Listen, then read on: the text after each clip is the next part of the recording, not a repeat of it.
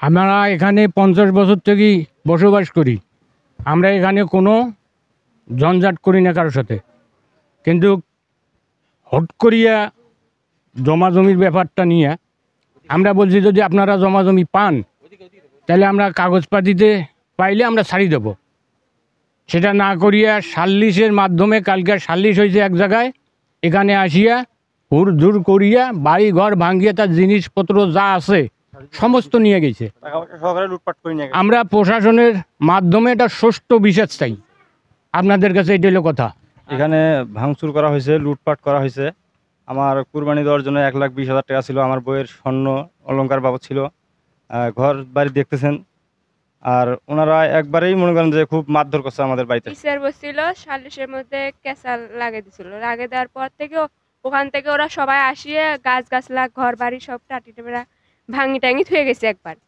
তো যাওয়ার পরে থামার পরেও ফির সন্ধ্যার সময় ফির লোক ভাড়া করে নিয়ে আসিয়া আবার যেহেতুগুলো ঘরে জিনিস জানা টাকা পয়সা সবকিছু আসিল সব বাইক। আমরা যখন মাগরিবের আজানের পর আমাদের বাড়িতে কোনো পুরুষ নাই, আমরা মহিলা 5 জন আমাদের গ্রামের এলাকা মান্যগণ্য ব্যক্তিরা বলি গেছে যে আপনারা থাকেন, ওরা যদি কোনো হুজুর ভাঙাচুরা করে কোনো কথা বলবেন না, যা করবে আইনের মাধ্যমেই করবে।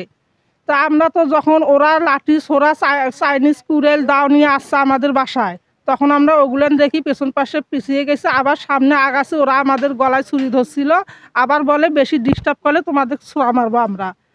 আবার আসিয়া জোর পূর্বে ওরা ঘরের সব কিছু ভাঙচুর করিয়া সব কিছু লুটতরাজ করে নিয়ে গেল। আমি এখান থেকে অনেক আমাদের জ্যাষ্ঠাতো ভাই, ওরা আমাদের জ্যাষ্ঠাতো মানে ভাইয়ের বেটা ভাতিজা, এই জমিটা কিনছে আজকে থেকে অনেক দিন হয়ে গেল। জমিটা যারা প্রথমে কিনছে তাদের থেকে এরা মানে তৃতীয় পক্ষ জমিটা এরা কিনে নিয়েছে। হ্যাঁ, তখন ওরা মানে এখন বলতেছে আমরা অনেক জমি পাই।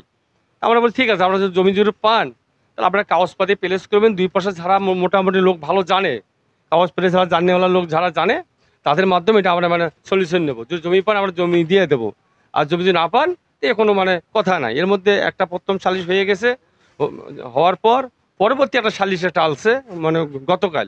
তখন পীরঘাট থেকে গণ্যমান্য ব্যক্তিও টালছিল, মহরি ছিল, আবার এখানে আমাদের প্রাপ্ত আগের চেয়ারম্যান ছিল, এখানে মান্যগণ্য লোক ছিল।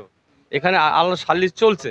সালিশ চলাকালে যখন দেখছে জমি পাবে না, যখন জমি পাবে না তখন এরা মানে একটা মানে বিকল্প একটা ধারা নেছে।